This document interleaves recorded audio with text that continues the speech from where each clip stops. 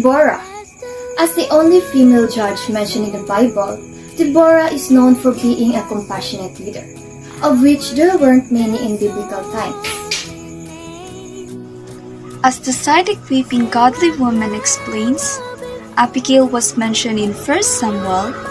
Though Abigail was in a deeply unhappy marriage, she is able to act quickly to prevent the battle and bloodshed from occurring, saving many lives through her courage.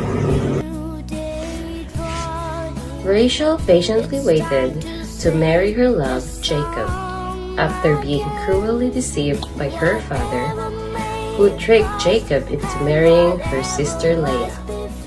Her prayers were answered, and although she was childless, at first, she became the mother to Joseph and Benjamin. The prophetess Miriam was Moses' older sister, and she helped save him as a baby. Their mother left him in a basket to protect him from being killed by Pharaoh. And when Pharaoh's daughter found him and took pity on him, Miriam offered up their mother to nurse him so that they could stay together. Ruth the Moabite was an example of unwavering faith, bravery in the Bible. After being widowed early in life, she stuck with her mother-in-law and followed God through all her days, believing that He would provide for her. Mary Magdalene is an oft-misunderstood biblical figure, but she was certainly a faithful follower of Jesus. After being healed by him, she traveled with him and witnessed his crucifixion, burial, and resurrection. Genesis 16 verse 3. Sarai, Abraham's wife, took Hagar, her maid, the Egyptian, and gave her to her husband. Abraham's wife, Sarah, is an example of how God keeps His promises.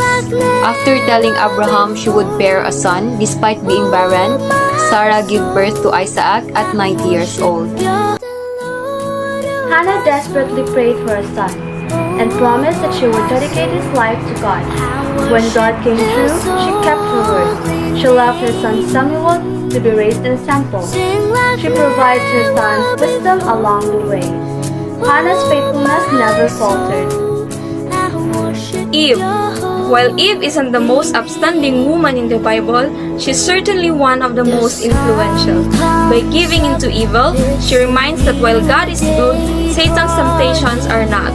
Queen Esther showed a great courage by telling the Persian king about a plan to assassinate him and later a plan to have all the Jews killed. With the power of prayer and bravery, she saved her people. Time to sing his song again.